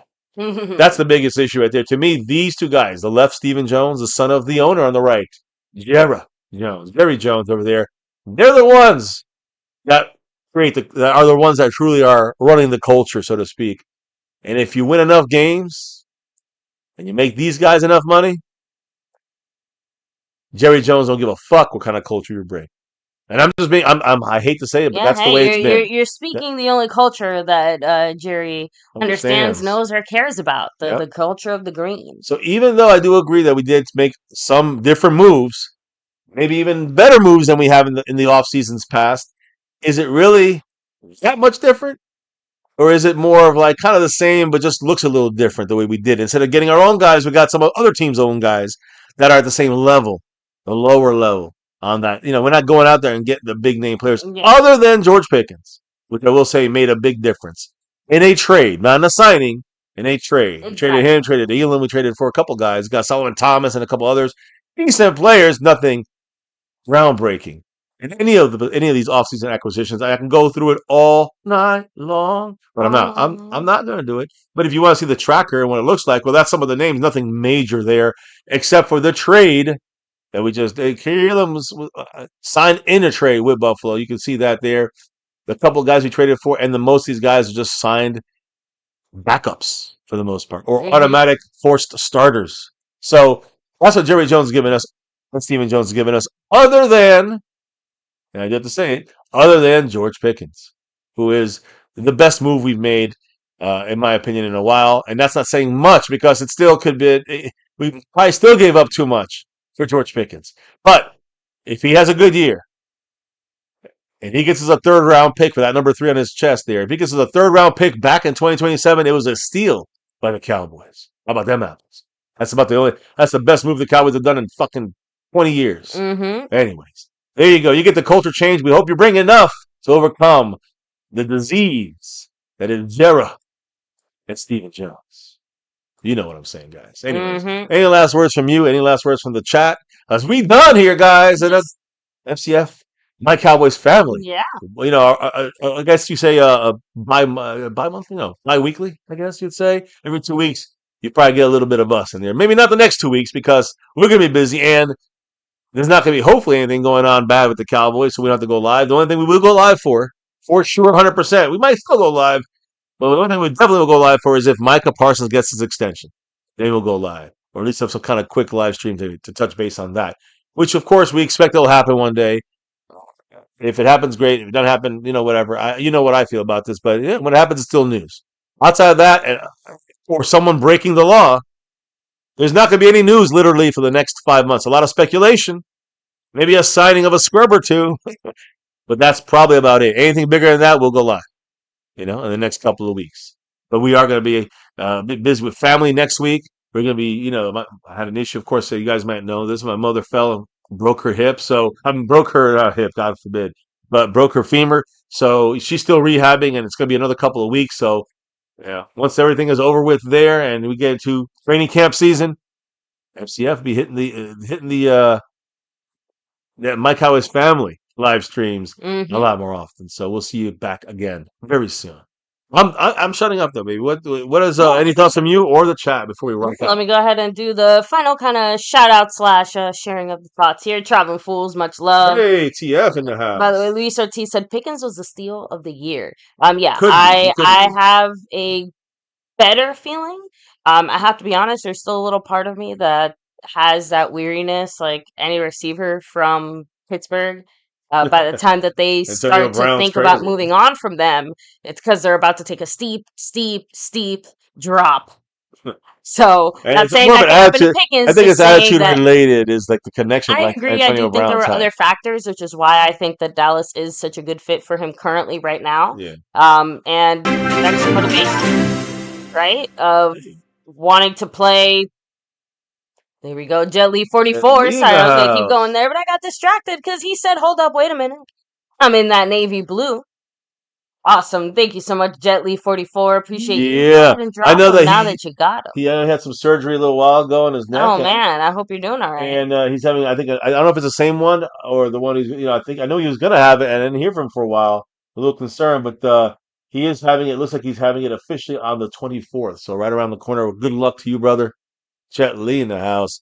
One of the ballers here. One of the old school ballers. I say Yeah, old school. We could go old school. He's one of like the mid school ballers, I guess you could say, because he kind of came on here at this point about 4 years ago. Jet Lee in the house. Much love and welcome back to the Navy Blue crew. that's right.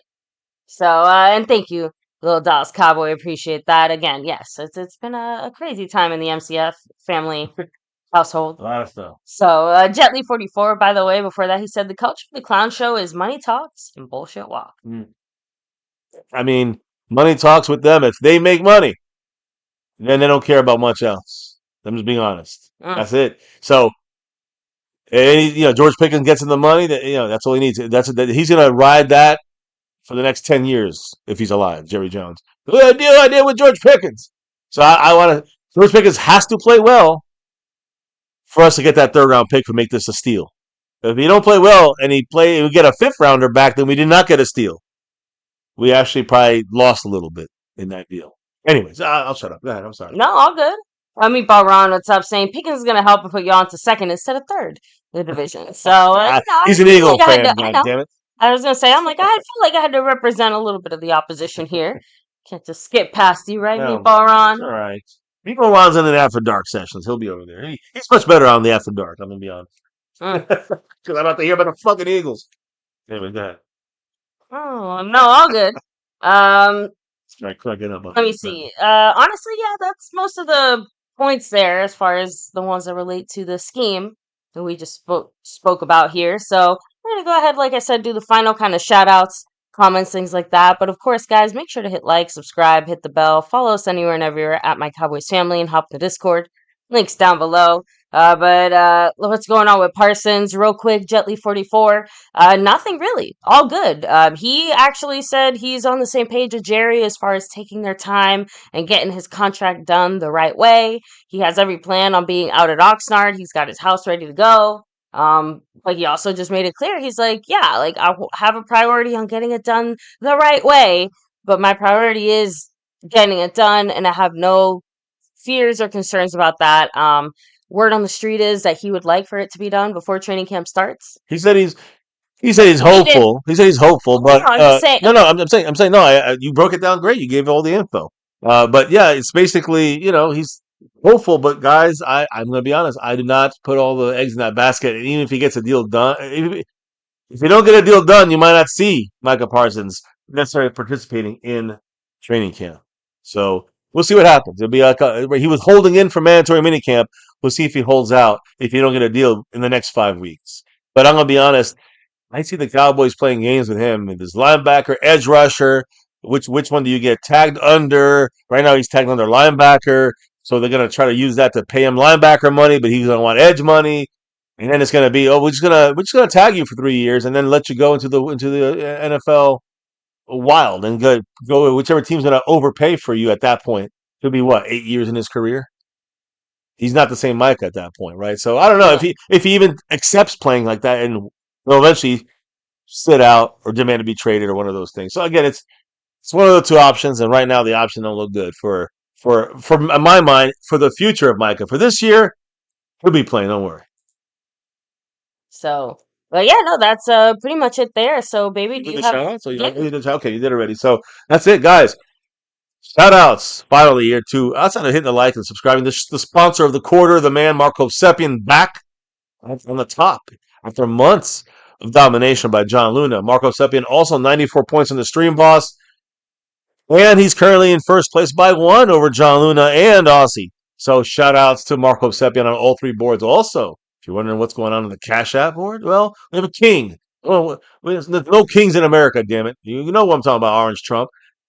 But it's a king here at MCF after My Cowboys Family, and that king is Cav52. So shout outs to him. There is no current leader though in the Cash App / PayPal area, so no one there. And when it comes to the gifting side, shout outs to Skeptical Fan. That's right. So yeah, you know him. He's Skeptical Fan is the gifting champion, but there's no one in there right now either. So that's up for grabs. Yes, for the quarter here. So we'll see what happens. Of course, the raffle will be up next. We did congrats to the 4 names we pulled out, and congrats to everybody else in the membership side.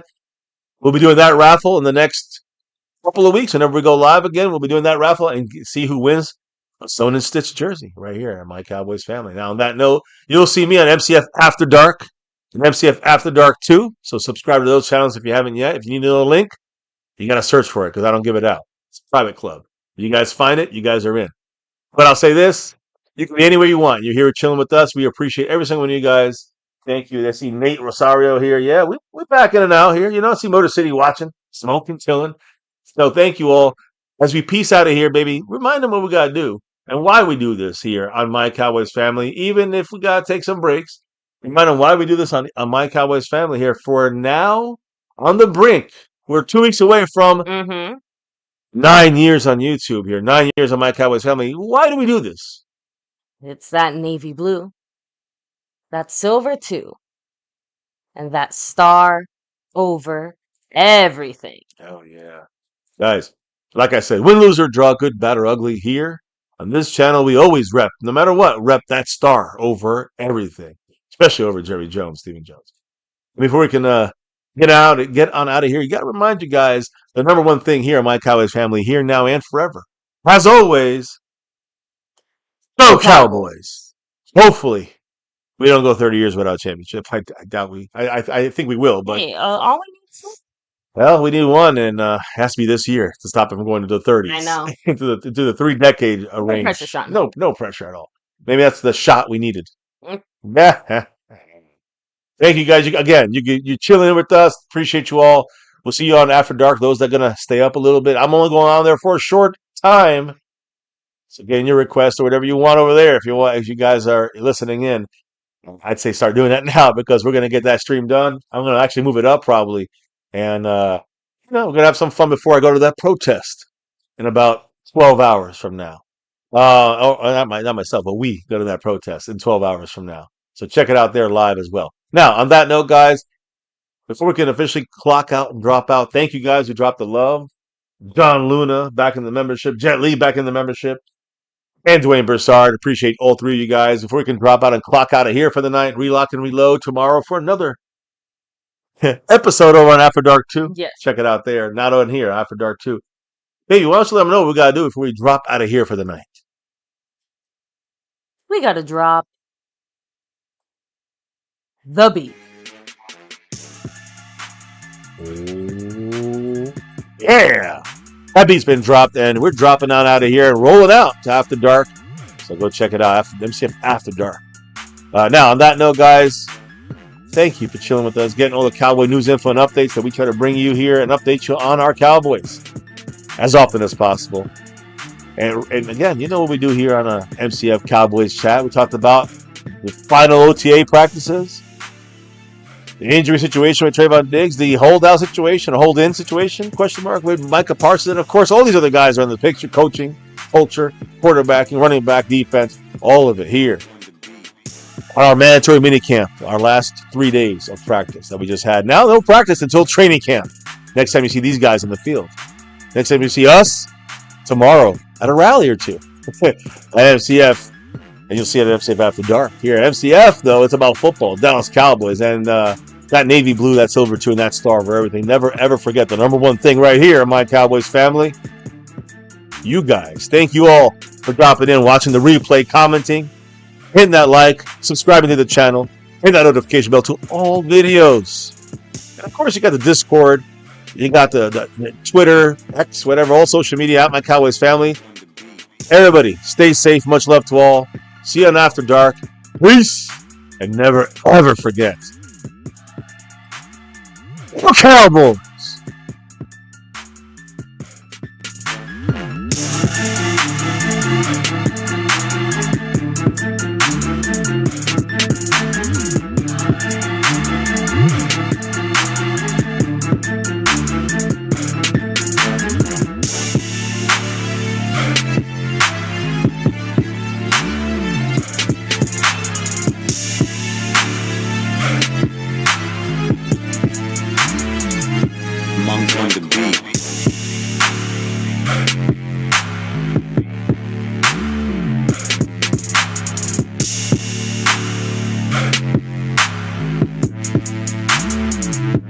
monk on the beat.